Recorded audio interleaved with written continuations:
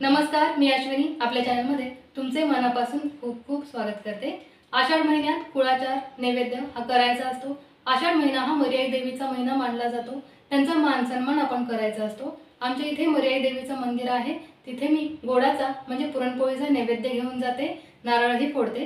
तुमच्या इकडे जशी पद्धत असेल तसं तुम्ही करा। अत्यंत प्रभावी अशा या सेवा आहेत, यामुळे आपल्याला देवीचा आशीर्वाद प्राप्त होतो। कुळाचार हा आवर्जून करावा, कारण कुलदेवता आपल्या कुळाचं रक्षण करत असते, त्यामुळे तिचा मानसन्मान आपण नक्कीच करायला हवा। आषाढ महिन्यात काही भागामध्ये म्हसोबाला मांसाहाराचा नैवेद्य दाखवला जातो। या महिन्यामध्ये आपण साती आसरा म्हणजे देवीला नैवेद्य अर्पण करत असतो। बऱ्याच ठिकाणी साती आसरांचं मंदिर असतं, प्रत्येक गावात असेलच असं नाही। जर तुमच्या गावात साती आसरांचं मंदिर नसेल तर तुम्ही ग्रामदेवतेला नैवेद्य अर्पण करा। तुमच्या येथील कोणत्याही देवीच्या मंदिरात तुम्ही नैवेद्य अर्पण करू शकता। प्रत्येक भागात वेगळ्या वेगळ्या प्रथा आहेत, तुमच्या भागात जशी प्रथा असेल तशी तुम्ही करू शकता। आणि जर तुमच्याकडे अशी प्रथा नसेलच तर तुम्ही आषाढ महिन्यात एखादी सवाशीण जेव घाला। या सुवासिनीला माता लक्ष्मीचं स्वरूप म्हणून जेव घाला आणि तिची ओटी भरा। अतिशय प्रभावी अशा या सेवा आहेत आषाढ महिन्यामध्ये, या तुम्ही नक्की करा। आणि नैवेद्यासाठी आमच्याकडे पुरणपोळ्याच करायची परंपरा आहे। तुमच्या इथे कशी पद्धत आहे तसं तुम्ही करा। आणि तुम्हाला जर पुरणपोळी करायला जमणार नसेल तर तुम्ही कुठलाही एखादा गोडाचा पदार्थ करू शकता, जसं की शिरा, खीर असा गोडाचा पदार्थ करूनही तुम्ही नैवेद्य दाखवू शकता। आजच्या व्हिडिओमध्ये आपण बघणार आहोत नैवेद्य कसा करायचा, नैवेद्य कसा भरायचा। तर व्हिडिओ तुम्ही शेवटपर्यंत नक्की बघा। आणि हा व्हिडिओ आवडला तर लाईक करायला विसरू नका, शेअरही करा आणि चॅनलवरती नवीन असाल तर जरूर सबस्क्राइब करा। चला तर मग व्हिडिओला सुरुवात करूया। सर्वात आधी आपण हरभऱ्याची डाळ ही शिजवून घेणार आहोत। ही मी कुकरला लावून घेणार आहे। एक पेला भरून म्हणजे जवळजवळ पावशेर हरभऱ्याची डाळ मी इथे वापरणार आहे। पुरणपोळ्या करताना सगळ्यात पहिली स्टेप आपली हीच असली पाहिजे की हरभऱ्याची डाळ आपण आधी शिजवायला ठेवायची, कारण हरभऱ्याची डाळ शिजायला वेळही लागतो आणि कुकरही थंड व्हायला वेळ लागतो, त्यानंतर आपल्याला पूर्णही करायचं असतं। त्यामुळे सर्वात आधी आपण हरभरा डाळ लावूया। यासाठी मी कुकरमध्ये हरभऱ्याची डाळ टाकलेली आहे आणि 2 ते 3 वेळा पाणी टाकून ही डाळ स्वच्छ धुवून घेणार आहे, कारण डाळीला भरपूर स्टार्च असतं, शिवाय दुकानामध्ये पावडरही लावलेली असते। आपण अगदी स्वच्छ ही डाळ धुवून घ्यायची, म्हणजे ती मऊ शिजते। अगदी स्टार्च पूर्ण निघालं ना डाळीचं तर डाळही मऊ शिजते। आता मी याच्यामध्ये पाणी टाकते। एक पेला भरून आपण हरभऱ्याची डाळ घेतली होती, यासाठी मी 2.5 पेला पाणी याच्यामध्ये टाकलेलं आहे। आता 1 चमचाभर तेल मी याच्यामध्ये टाकणार आहे। तेल टाकल्याने हरभऱ्याची डाळ अगदी छान मऊ शिजते आणि ती उतूही जात नाही। तेल टाकल्यानंतर आपण कुकरचं झाकण लावूया आणि याच्या मी 4 शिट्ट्या करून घेणार आहे, कारण आपल्याला हरभऱ्याची डाळ अगदी मऊ शिजून घ्यायची आहे, तरच आपलं पुरण ही अगदी मस्त मऊ होतं। हरभरा डाळ शिजवायला ठेवलेली आहे। आता आपण पुढची तयारी करूया। हरभरा डाळ शिजवायला ठेवल्यानंतर मी इथे पीठ मळून घेणार आहे। गव्हाचं पीठ घेते आहे मी। 2 मोठी वाटी भरून मी गव्हाचं पीठ घेतलेलं आहे। आता याच्यामध्ये आपण चवीनुसार मीठ टाकूया, त्याचबरोबर 2 ते 3 चमचे तेलही मी याच्यामध्ये टाकणार आहे। आणि पीठ अगदी आपल्याला मऊ भिजवायचं आहे। आता आपण तेल आणि मीठ पिठाला थोडंसं चोळून घेऊया आणि नंतर याच्यामध्ये थोडं थोडं पाणी टाकून हे पीठ भिजवून घेऊया। पाणी आपल्याला एकदम टाकायचं नाही, थोडं थोडं पाणी टाकतच आपल्याला पीठ मळायचं आहे। आणि पीठ आपल्याला अगदी सैलसर करायचं आहे, घट्ट करायचं नाही आहे। पुरणपोळ्या करताना कणिक ही घट्ट नसावी, ती अगदी मऊ सैलसर असावी, तरच पुरणपोळ्यासुद्धा मऊ होतात। थोडं थोडं पाणी टाकून आपण पीठ मळून घेतलेलं आहे आणि तुम्ही बघू शकता इतपत सैलसर आपल्याला कणिक करायची आहे। अगदी सैलसर कणिक असल्यामुळे ती चिकट होते। एकदम शेवटी आपण त्याच्यामध्ये 2 चमचे तेल टाकूया आणि थोडंसं पीठ टाकूया आणि आता ही कणिक मळूया, म्हणजे अगदी हाताला चिकटणार नाही आणि भांडंसुद्धा स्वच्छ होईल। म्हणून कणिक मळून झाल्यानंतर शेवटी आपण थोडंसं तेल आणि पीठ टाकायचं आणि कणिक त्याच्यामध्ये घोळून घ्यायची, म्हणजे बघा ती हाताला चिकटत नाही आणि भांडंही अगदी स्वच्छ होऊन जातं। पीठ आता मळून झालेलं आहे आणि तुम्ही बघू शकता अगदी मऊ सैलसर अशी कणिक केलेली आहे मी। आता आपण हे झाकून ठेवून देऊया आणि पीठही अगदी लवकरच भिजून ठेवायचं, म्हणजे सगळा स्वयंपाक झाल्यानंतर आपण पुरणपोळ्या करणार आहे तोपर्यंत ही कणिक अगदी छान सेट होईल। आता मी कुकर लावून घेते। वरण आणि भाताचा कुकर मी लावणार आहे। 2 वाटी तांदूळ घेतलेला आहे मी, भात आपल्याला जास्त करायचा आहे आणि तुरीची डाळ मात्र अगदी थोडीशी घेतलेली आहे, फक्त नैवेद्यापुरतं वरण करणार आहे मी। कारण आमटी भातच सगळ्यांना आवडतो, त्यामुळे वरण फक्त मी नैवेद्यासाठीच लावलेलं आहे। आता कुकरचं झाकण लावूया आणि याच्या 3 शिट्ट्या करून घेऊया। डाळही आपण शिजवायला ठेवलेली आहे, कणिकही मळून झालेली आहे, वरण भाताचा कुकरही लावलेला आहे। आता आपण मेथीची भाजी करूया। देवीचा नैवेद्य म्हटलं की मेथीच्या भाजीचा मान असतो, त्यामुळे मेथीची भाजी आता आपण करायला घेऊया। आता ही मी स्वच्छ धुवून घेते आणि नंतर मेथीची भाजी करण्यासाठी तेल टाकते 1 चमचाभर कढईमध्ये। आता याच्यामध्ये मी लसूण टाकणार आहे थोडासा। तुमच्या इथे नैवेद्यासाठी लसूण चालत असेल तर तुम्ही टाका, नाहीतर नाही टाकला तरी चालेल। आमच्या इथे चालतो लसूण नैवेद्यासाठी। आता हिरवी मिरची सुद्धा मी टाकलेली आहे आणि मेथी सुद्धा धुवून घेतलेली आहे, ती आपण टाकूया आता कढईमध्ये।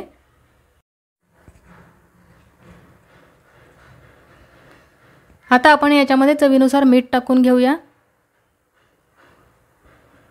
बाकी काहीही टाकायचं नाही याच्यात, लसूण मिरची आणि मीठ एवढंच टाकलेलं आहे मी। पाणी वगैरेही नाही टाकायचं, कारण मेथीला पाणी सुटतं, त्याच्यामध्येच आपण ही शिजवून घेणार आहोत। गॅसची फ्लेम अगदी मंद ठेवायची आणि मेथीची भाजी ही झाकण ठेवून शिजवून घ्यायची।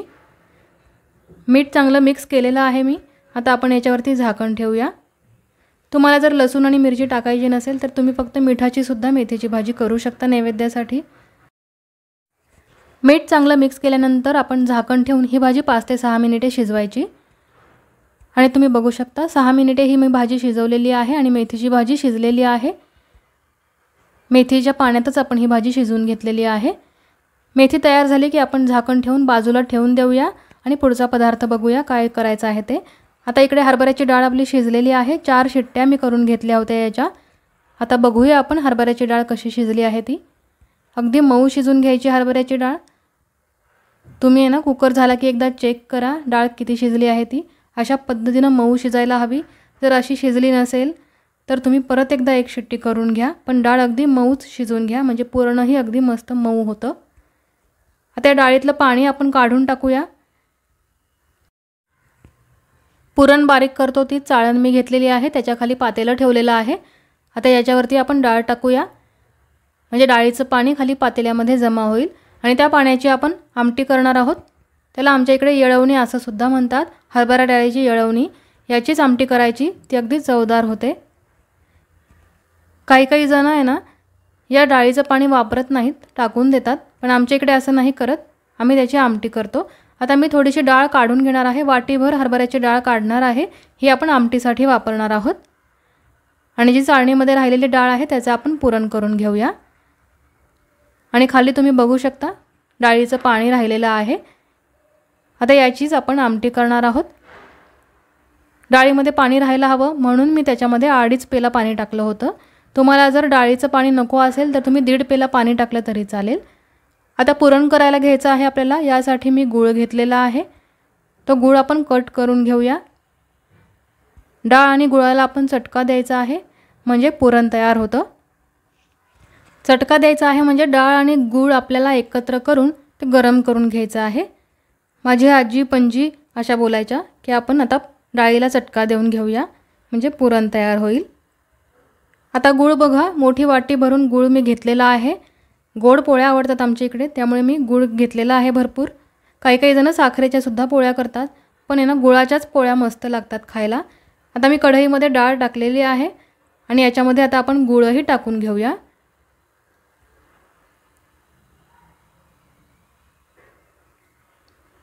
आणि एकसारखं हलवत आपल्याला याचं पुरण तयार करायचं आहे। डाळ खाली लागते त्यामुळे आपल्याला एकसारखा चमचा हलवायचा आहे।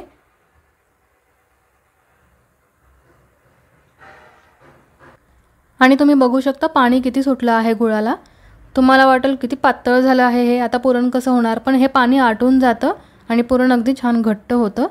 आता मी याच्यामध्ये विलायची पावडर टाकून घेते, 1 टीस्पून मी विलायची पावडर टाकलेली आहे। आता जायफळही आपण टाकूया किसून।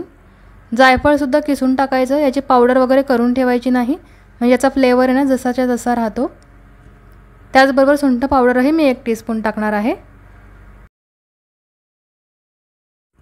विलायची पावडर, सुंठ पावडर आणि जायफळ पावडर टाकायची पुरणामध्ये, म्हणजे त्याची चव आहे ना अगदी छान लागते। आता बघा गुळाचं पाणी हे आटत आलेलं आहे आणि पुरण थोडं घट्ट होत आलेलं आहे। आता पुरण शिजलं आहे हे कसं ओळखायचं याची सुद्धा ट्रिक मी तुम्हाला सांगणार आहे। एकदम शेवटी पुरण होत आलं ना की असा चमचा ठेवायचा त्याच्यामध्ये आणि तो पडला की समजायचं पुरण अजून झालेलं नाहीये, त्याला अजून थोडा वेळ परतायचं। आता पुरण घट्ट झालं आहे पण ते पूर्ण झालेलं नाहीये कारण चमचा पडलेला आहे, म्हणून मी 3 ते 4 मिनिटे अजून परतलं आणि मग चमचा ठेवला आणि तुम्ही बघू शकता चमचा हा उभा राहिलेला आहे, तो अजिबात पडत नाहीये, म्हणजे पुरण अगदी परफेक्ट शिजलेलं आहे। आता या वेळेला आपण गॅस बंद करायचा आहे। अशा पद्धतीने पुरण शिजवलं ना तर ते कोरडंही होत नाही आणि ओलसरही होत नाही, अगदी परफेक्ट होतं। त्यामुळे असं चमचा ठेवून बघायचं आणि मग समजायचं की पुरण शिजलं आहे की नाही ते।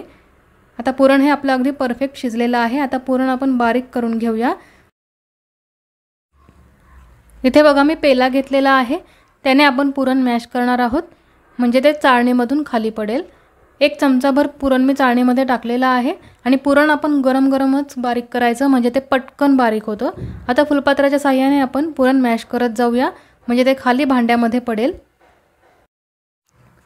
मला आठवतंय लहान असताना आहे ना आजी किंवा आई या पाट्यावरती पुरण वाटायच्या, त्यावेळेस पुरण यंत्र नव्हतं। नंतर जेव्हा मला कळायला लागलं त्यावेळेस पुरण यंत्र आलं बाजारामध्ये आणि पुरण यंत्रामध्ये आपण पुरण करायला लागलो। आणि लग्न झाल्यानंतर काही वर्षांनी ही पुरणाची चाळण आली बाजारामध्ये। या चाळणीमध्ये अगदी पटकन पुरण बारीक होतं। बराच वेळा मिक्सरमध्ये सुद्धा आपण पुरण बारीक करतो, पण त्याच्यामध्ये सुद्धा काही डाळ जाडसर राहते, पण या पुरणाच्या चाळणीमध्ये अगदी छान मऊ असं पुरण तयार होतं आणि अगदी झटपट होतं। पुरण हे नेहमी गरम असतानाच बारीक करायचं, म्हणजे ते अगदी पटपट होतं। थंड झाल्यानंतर थोडासा वेळ लागतो पुरण बारीक व्हायला आणि तुम्ही बघू शकता अगदी छान मऊ असं पुरण तयार झालेलं आहे। आता अशाच पद्धतीने आपण चाळणीमध्ये टाकून सगळं पुरण बारीक करून घेऊया। आता आपण सगळं पुरण हे बारीक करून घेतलेलं आहे, तुम्ही बघू शकता। आता या चाळणीचं पुरण अगदी व्यवस्थित आपण काढून घेऊया आणि या चाळणीला जे थोडंसं पुरण राहिलेलं आहे ना तर चाळणीवरती थोडंसं पाणी टाकायचं आपण आणि ते पाणी साठवायचं एका ताटामध्ये। ते पाणी आपण वापरणार आहोत आमटीसाठी। बघा अगदी छान मऊ असं पुरण आपलं तयार झालेलं आहे। आता आपण हे बाजूला ठेवून देऊया आणि मी पुरणाची चाळणही धुतलेली आहे। अगदी अर्धी वाटी पाणी टाकून मी ती चाळण धुतली आणि ते पाणी बाजूला काढलेलं आहे, बघू शकता तुम्ही। हे पाणी मी आमटीमध्ये टाकणार आहे, थोडीशी गोडसर आमटी छान लागते म्हणून मी हे गुळाचं आणि डाळीचं पाणी काढलेलं आहे। आता आमटी करायची आहे आपल्याला, यासाठी मसाला बघूया काय लागतो ते। कटाची आमटी बनवण्यासाठी इथे मी 2 गड्डी लसणाच्या सोलून घेतलेल्या आहेत, 1 इंच आलं घेतलेलं आहे कट करून, खोबऱ्याचे काप 1 वाटी भरून घेतलेले आहेत, थोडीशी कोथिंबीरही लागणार आहे आपल्याला आणि 1 मोठ्या साईजचा कांदा उभा कट करून घेतलेला आहे आणि 1 विलायची घेतलेली आहे, तीही आपण वाटणामध्ये वाटून घेणार आहोत। आता हा सर्व मसाला आपण भाजून घ्यायचा आहे, म्हणजे सर्वच नाही, फक्त कांदा आणि खोबरं आपण भाजून घेणार आहोत। आलं लसूण आणि कोथिंबीर आपण कच्चंच वापरणार आहोत। 1 चमचावर तेल टाकलेलं आहे मी पॅनमध्ये आणि त्यामध्ये आपण सुकं खोबरं भाजून घेऊया।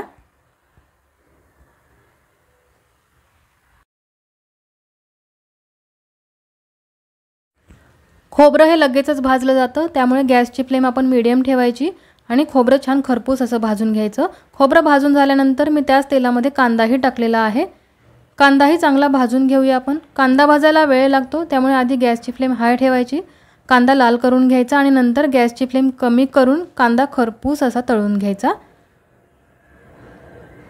खोबरंही भाजून झालं, कांदाही छान भाजून झालेला आहे, तुम्ही बघू शकता। आता हे दोन्ही थंड झाल्यानंतर आपण मिक्सरच्या भांड्यामध्ये घेणार आहोत आणि मसाला बारीक करून घेणार आहोत। कांदा खोबरं थंड झाल्यानंतर मी मिक्सरचं भांडं घेतलेलं आहे, त्यामध्ये खोबरं टाकून घेते। आता याच्यामध्ये आलं लसूण आणि कोथिंबीरही आपण टाकून घेऊया आणि याच्यामध्ये आपण 1 हिरवी विलायची सुद्धा वाटणार आहोत। याने चव अगदी भन्नाट होते आमटीची, त्यामुळे 1च विलायची मी वापरणार आहे। 3 लसणाच्या पाकळ्या मी ठेवलेल्या आहेत, कारण फोडणीसाठी मी लसूण वापरणार आहे। आता याच्यामध्ये भाजलेला कांदाही टाकूया आणि नंतर कोथिंबीरही टाकूया आणि अगदी छान बारीक असा मसाला वाटायचा आहे आपल्याला। थोडंसं पाणीही टाकायचं आहे वाटताना। मी आधी पाणी न टाकता हे फिरवून घेणार आहे, यातला मसाला थोडासा मी बाजूला काढणार आहे पाणी न टाकता वाटलेला आणि नंतर पाणी टाकून परत बारीक हे वाटण तयार करून घेतलेलं आहे। तुम्ही बघू शकता अशा पद्धतीने बारीक वाटण तयार करायचं आहे। आता गॅसवरती मी पातेलं ठेवलेलं आहे, त्यामध्ये आपण 3 चमचे तेल टाकून घेऊया। तेल गरम झाल्यानंतर आपण याच्यामध्ये लसूण टाकायचा आहे फोडणीला आपण 3 पाकळ्या लसूण ठेवला होता, तो तोडून मी टाकलेला आहे तेलामध्ये। आता मी जिरेसुद्धा टाकते 1 चमचा भरून। आता कढीपत्तासुद्धा टाकलेला आहे मी आणि ही फोडणी छान तडतडली की खोबऱ्याचा मसाला मी याच्यामध्ये टाकते, जो आपण बिना पाण्याचा वाटला होता। मी 1 चमचाभर काढला होता आधी, तो मी या तेलामध्ये टाकलेला आहे। नंतर पाणी टाकून आपण जे वाटण तयार केलं ना, तेही आता याच्यामध्ये टाकायचं आहे। थोडंसं जाडसर खोबरं राहिलं ना आमटीमध्ये, तर आमटी पिताना असं खोबरं तोंडामध्ये येतं आणि आमटी खूप छान लागते प्यायला। त्यामुळे मी सुकं खोबरं थोडंसं काढून घेतलं आधी मिक्सरमधनं आणि नंतर पाणी टाकून त्याचं वाटण तयार केलं। आता ते वाटण आपण तेलामध्ये टाकलेलं आहे, ते अगदी छान शिजवून घेऊया।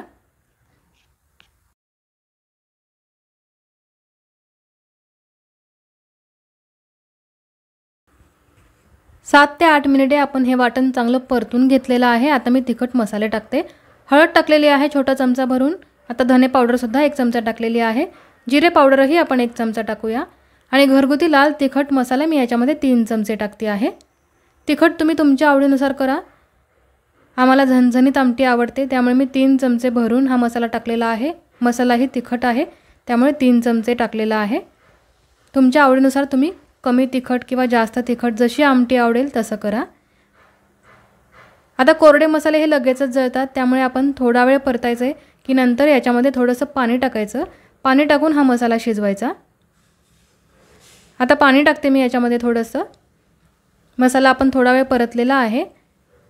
मिक्सरच्या भांड्यामध्ये थोडा मसाला राहिला होता, त्यातच मी पाणी टाकणार आहे आणि मिक्सरचं भांडं धुवून ते पाणी मी याच्यामध्ये टाकणार आहे, म्हणजे मिक्सरच्या भांड्याला जो मसाला लागलेला आहे तोही वाया जात नाही। आता या पाण्यामध्ये आपण हा मसाला चांगला शिजवून घेऊया। गॅस कमी ठेवायचा आणि हा मसाला चांगला शिजवून घ्यायचा, अगदी तेल सुटेपर्यंत शिजवून घ्यायचा। आमटी आपण नंतर जास्त उकळणार नाहीये, त्यामुळे मसाला अगदी चांगला शिजवून घ्यायचा। मसाला आता चांगला शिजलेला आहे, तुम्ही बघू शकता तेलही सुटलेलं आहे आणि अगदी छान सुगंध येतो आहे। आपण बाकीचे कुठलेच मसाले टाकलेले नाहीयेत, फक्त घरगुती मसाला टाकलेला आहे मी आणि एक विलायची टाकलेली आहे वाटून, पण त्यानेच इतकी भन्नाट चव होते ना आमटीची। मसाला चांगला परतल्यानंतर मी त्याच्यामध्ये येळवणी टाकलेली आहे, म्हणजे हरभरा डाळीचं पाणी आपण बाजूला काढलं होतं ना, ते टाकलेलं आहे। आता याच्यामध्ये आपण गोड पाणीही टाकूया, म्हणजे पुरणाची चाळण आपण धुतली होती थोडंसं पाणी टाकून, ते पाणी मी बाजूला काढलं होतं तेही याच्यामध्ये ॲड करूया। पुरणाच्या चाळणीला जायफळ, विलायची, सुंठ पावडर असं बरंच अडकलेलं असतं, थोडंसं पुरणही असतं, त्यामुळे मी ती पुरणाची चाळण धुवून घेते आणि त्याचं पाणी आमटीमध्ये टाकते। याने आमटी गोडसरही होते आणि चवही मस्त होते त्याची। अर्धा ग्लास पाणीही टाकलेलं आहे मी। तुम्हाला जशी घट्ट पातळ आमटी हवी असेल तसं पाणी तुम्ही टाकून घ्या। आता हरभऱ्याची डाळ आपण बाजूला काढून ठेवली होती, तीही टाकलेली आहे याच्यामध्ये। काही जण आहे ना मिक्सरमध्ये वाटून सुद्धा ही हरभऱ्याची डाळ आमटीमध्ये टाकतात, पण मी अशी अख्खीच टाकते, आमटीमध्ये ती छान लागते खायला। आता चवीनुसार मीठ आपण आमटीमध्ये टाकून घेऊया, त्याचबरोबर बारीक चिरलेली कोथिंबीरही टाकूया आणि जास्त वेळ नाही 10 ते 12 मिनिटे गॅसची फ्लेम एकदम मंद ठेवून आपण आमटी उकळून घेऊया, म्हणजे तर्रीही येईल आमटीला चांगली। इतपत पातळ आमटी मी ठेवलेली आहे। आता आमटीला उकळी सुद्धा आलेली आहे आणि 10 ते 12 मिनिटे उकळल्यानंतर आमटी ही तयार झालेली आहे, तुम्ही बघू शकता। कटाच्या आमटीला कलर बघा किती सुंदर आलेला आहे, जशी पाहिजे तशी झालेली आहे आमटी, जास्त घट्टही नाही आणि खूप पातळही नाही। कलरही सुंदर आलेला आहे आणि तर्री सुद्धा आलेली आहे, तुम्ही बघा कट किती छान आलेला आहे आमटीला। आणि बाकी काहीच टाकलेलं नाही आपण, फक्त घरचा मसाला टाकला आहे, तरीही मस्त अशी तर्री आलेली आहे। आमटी तयार झालेली आहे। आता आपण झाकून ठेवून देऊया बाजूला आणि भजीचं पीठ मळायला घेऊया। भजीचं पीठ मळण्यासाठी मी इथे एक भांडं घेतलं, त्यामध्ये 3 कांदे बारीक कट करून टाकलेले आहेत। आता याच्यामध्ये 1 चमचा भरून ओवा टाकूया, 1 चमचाभर जिरे सुद्धा टाकूया। आता थोडीशी हळद टाकते मी याच्यामध्ये, त्याचबरोबर जिरे पावडर सुद्धा आपण थोडीशी टाकूया आणि आता मी हिरवं वाटण टाकते आहे याच्यामध्ये। 3 ते 4 हिरव्या मिरच्या, 5 ते 6 लसूण पाकळ्या, थोडंसं आलं आणि कोथिंबीर असं हे वाटण मी तयार केलं होतं। आता याच्यामध्ये मी 1.5 वाटी बेसन पीठ टाकून घेते। यानंतर चवीनुसार मीठही टाकायचं आहे आणि बारीक चिरलेली कोथिंबीर सुद्धा आपण याच्यामध्ये टाकूया। त्यानंतर चिमूटभर सोडाही मी याच्यामध्ये टाकणार आहे आणि अगदी थोडंसं पाणी टाकून आपण हे पीठ भिजवायचं आहे। थोडंसंच पाणी टाकायचं आहे कारण कांद्याला सुद्धा पाणी सुटतं, त्यामुळे जास्त पाणी टाकायचं नाही आपल्याला। अगदी अर्धी वाटीपेक्षाही कमी पाणी आपल्याला लागणार आहे हे पीठ भिजवायला। सर्व साहित्य टाकून झाल्यानंतर आपण थोडंसं पाणी टाकून हे भजीचं पीठ भिजवून घेतलेलं आहे। आता हे पीठ आपण बाजूला ठेवायचं आहे आणि तेल गरम करायला ठेवायचं आहे गॅसवरती। आणि सगळ्यात आधी आपण पापड आणि कुरडई तळणार आहे आणि नंतर भजी तळून घेणार आहे याच्यामध्ये। तेल गरम झाल्यानंतर मी उडदाचे पापड तळून घेते आहे याच्यामध्ये। आणि उडदाचा पापड खूप मोठा आहे आणि कढई लहान आहे, त्यामुळे बघा मी अशी त्याची घडी केलेली आहे आणि ते तळून घेते आहे।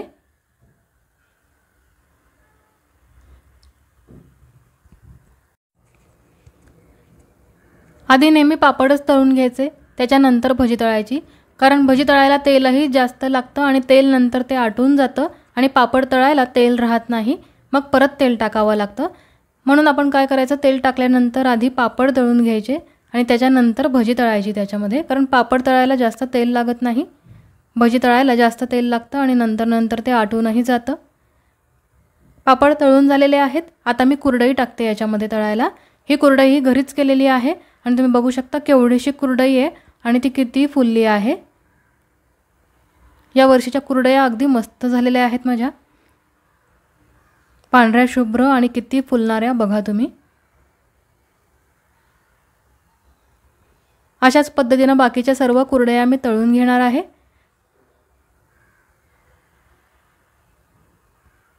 कुरडई तळून झाल्यानंतर आता आपण याच्यामध्ये भजी तळून घेऊया। भजीचं पीठ आपण आधीच मळून ठेवलं, त्यानंतर पापड कुरडई तळली, कुरडई आणि पापड तळेपर्यंत हे पीठ छान भिजलेलं आहे। आता आपण भजी करायला घेऊया। तेल आधीच गरम आहे, त्याच्यामध्ये आपण ही भजी सोडूया आणि गॅसची फ्लेम मीडियम ठेवून अगदी खरपूस अशा या भजी आपण तळून घेऊया। आणि भजीची साईज आपण लहान लहान करायची आहे, कारण आपल्याला 11 नैवेद्य भरायचे आहेत, त्यामुळे आपण प्रत्येक नैवेद्यावर एक भजी ठेवायची आहे आपल्याला, त्यामुळे जास्त मोठी साईज करायची नाही, अशा लहान लहान आकाराच्या भजी करायच्या आहेत आपल्याला। आणि बघा भजी किती फुलले आहेत।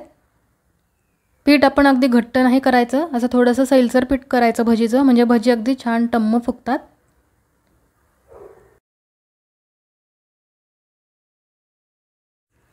आता जवळजवळ सगळा स्वयंपाक झालेला आहे आपला, फक्त पुरणपोळ्या राहिलेल्या आहेत।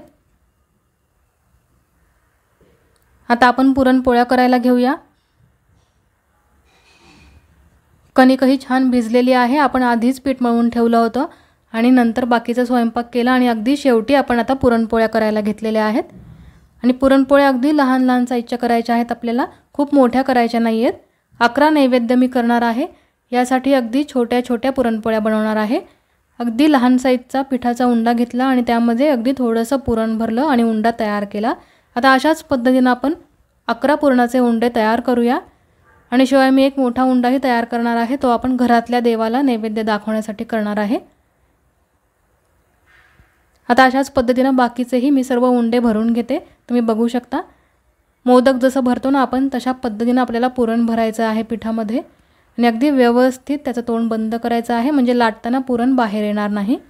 मी हे 11 नैवेद्य कसे करते आहे, तर 5 नैवेद्य हे मर्याई देवीच्या देवळात दाखवणार आहे, एक नैवेद्य बाहेर ठेवणार आहे, त्याचबरोबर 5 नैवेद्य हे शीतळा देवीला दाखवणार आहे। तुम्ही किती नैवेद्य करतात त्या पद्धतीने तुम्ही करा। काही जण 5 पुरणपोळ्या करतात, काही जण 7 पुरणपोळ्या करतात, तर तुमच्या घरी तुमच्या सासूबाई वगैरे कशा पद्धतीने नैवेद्य करतात तसं तुम्ही करा।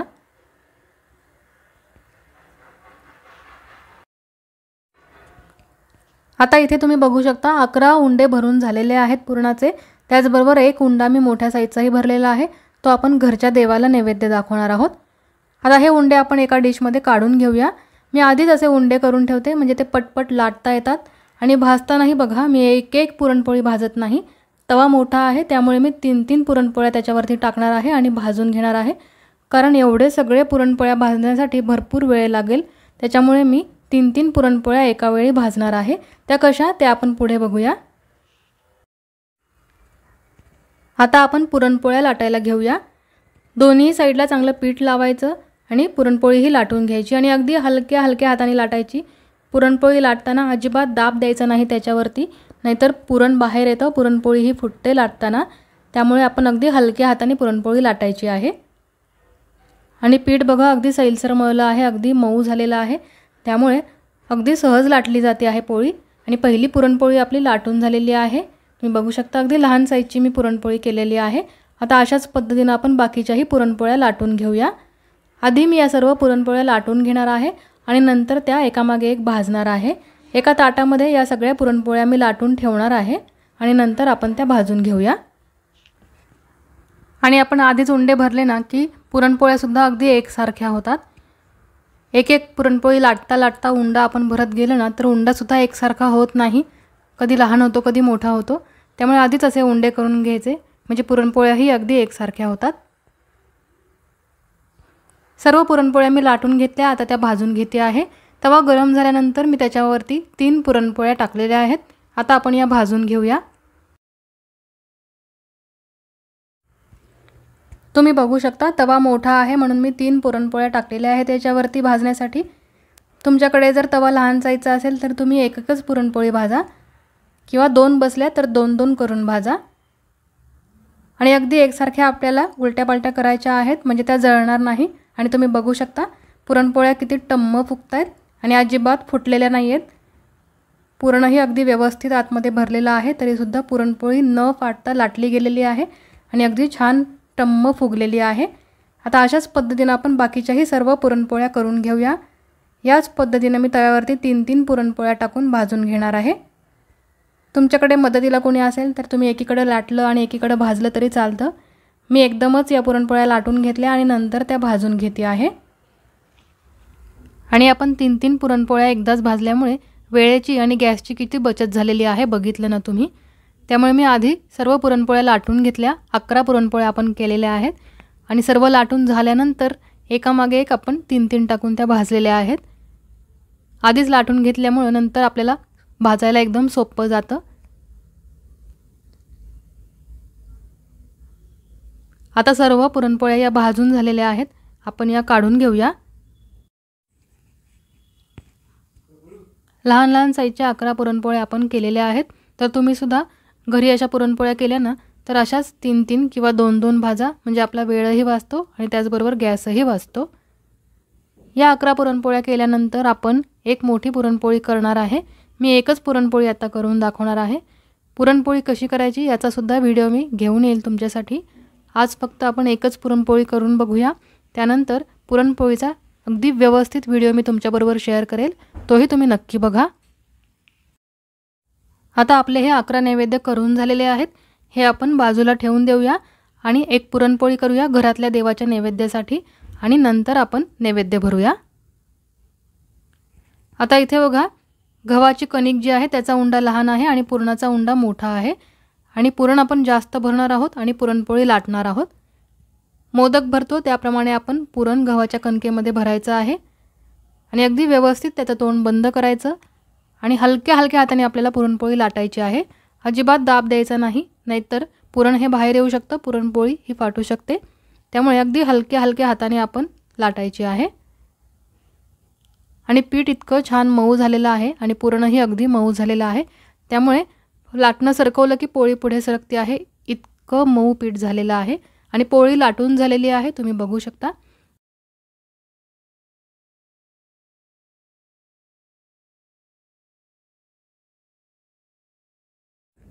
आणि अगदी पातळ अशी पुरणपोळी आपण लाटून घेतलेली आहे। पुरणही भरपूर भरलेलं आहे, तरी सुद्धा अतिशय पातळ पोळी लाटली आणि ती अजिबात फुटली नाहीये। आता आपण ही तव्यावरती टाकून भाजून घेऊया। तवा मी आधीच गरम करायला ठेवला होता, आता ही पोळी आपण याच्यावरती भाजून घेऊया। आणि बघा पोळी अगदी टम्म फुगलेली आहे आणि पुरण अजिबात बाहेर आलेलं नाहीये, अगदी मस्त झालेली आहे पोळी। आता दोन्ही बाजूनी तेल किंवा तूप लावून भाजून घ्यायची आहे आपल्याला पोळी। आणि ही आपण देवाच्या नैवेद्यासाठी, म्हणजे घरी मी देवाला नैवेद्य दाखवणार आहे ना त्यासाठी एकच पोळी मोठी केलेली आहे, बाकीच्या पुरणपोळ्या आपण लहान साईजच्या केलेल्या आहेत। पोळी छान भाजून झाल्यानंतर आता आपण ही काढून घेऊया आणि मी तुम्हाला ही पुरणपोळी आतून सुद्धा दाखवते की पुरण कसं व्यवस्थित पसरलेलं आहे। बघा मस्त दिसते आहे ना पोळी, अगदी छान खरपूस भाजलेली आहे। आणि आता आपण आतून बघूया कलर बघा पोळीचा किती सुंदर आलेला आहे आणि आतमध्ये पुरण अगदी व्यवस्थित पसरलं जातं। एकसारखी पोळी लाटली ना की पुरणही अगदी व्यवस्थित पसरलं जातं आणि ती पुरणपोळी खायला सुद्धा छान लागते। बघा पुरण अगदी छान एकसारखं पसरलं गेलेलं आहे आणि किती मऊसूत अशी ही पुरणपोळी झालेली आहे। खाल्ल्यावर आहे ना तोंडात टाकल्या टाकल्या ही पुरणपोळी विरघळून जाते, इतकी छान लागते। हे तुम्ही नुसती सुद्धा खाऊ शकता, याच्याबरोबर दूध गुळवणी वगैरे काही खायची गरज नाही, इतकी सॉफ्ट होते ही पोळी। पुरणपोळी झाली, नैवेद्यही झाले। आता आपण नैवेद्य भरायला घेऊया। मोठं ताट घेतलेलं आहे मी, त्याच्यामध्ये आपण 11 पुरणपोळ्या या काढून घेऊया आणि अशा पद्धतीने आपल्याला ठेवायचे आहे। प्रत्येक पुरणपोळीवरती आपण बाकीचे नैवेद्य भरणार आहोत, त्यामुळे पुरणपोळ्या बघा अशा पद्धतीने ठेवायच्या। आता आपण भात ठेवून घेऊया याच्यावरती। सर्वात आधी पुरणपोळीवरती भात ठेवून घ्यायचा आहे। नैवेद्य कसा भरायचा आहे हे आता आपण बघत आहोत। पुरणपोळ्या ताटामध्ये ठेवल्यानंतर मी भात ठेवला आणि भात ठेवून झाल्यानंतर त्याच्यावरती आमटी टाकलेली आहे। अगदी थोडी थोडी आमटी टाकायची, ओली करायची नाही आहे पुरणपोळी आपल्याला। ती अगदी व्यवस्थित उचलून आपल्याला नैवेद्यासाठी देवीपुढे ठेवायची आहे, त्यामुळे आमटी दूध वगैरे हे सगळं थोडं थोडं टाकायचं, जास्त ओली करायची नाही पुरणपोळी। आमटी टाकून झाल्यानंतर मी भजी ठेवलेली आहेत, त्याचबरोबर आता मेथीची भाजी ठेवते आहे। मेथीची भाजी ही देवीच्या नैवेद्याला लागतेच। आता आपण कुरडई ठेवून घेतो आहोत। कुरडई ठेवून झाल्यानंतर मी उडदाचा पापड ठेवणार आहे आणि त्यानंतर मसाला पापडही ठेवणार आहे। मसाला पापड म्हणजे मी पोह्यांचे पापड केले होते, तेही थोडेसे तळले आहेत म्हणून मी नैवेद्यासाठी ठेवते आहे।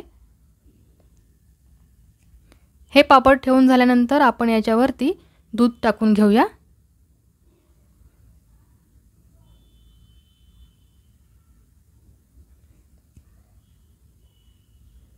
दूध टाकल्यानंतर सर्वात शेवटी मी डाळ टाकणार आहे। काही जण तुरीची डाळ करतात नैवेद्यासाठी, काही जण नाही करत। तुमच्या इकडे जर तुरीची डाळ करत असेल तर तुम्ही करा।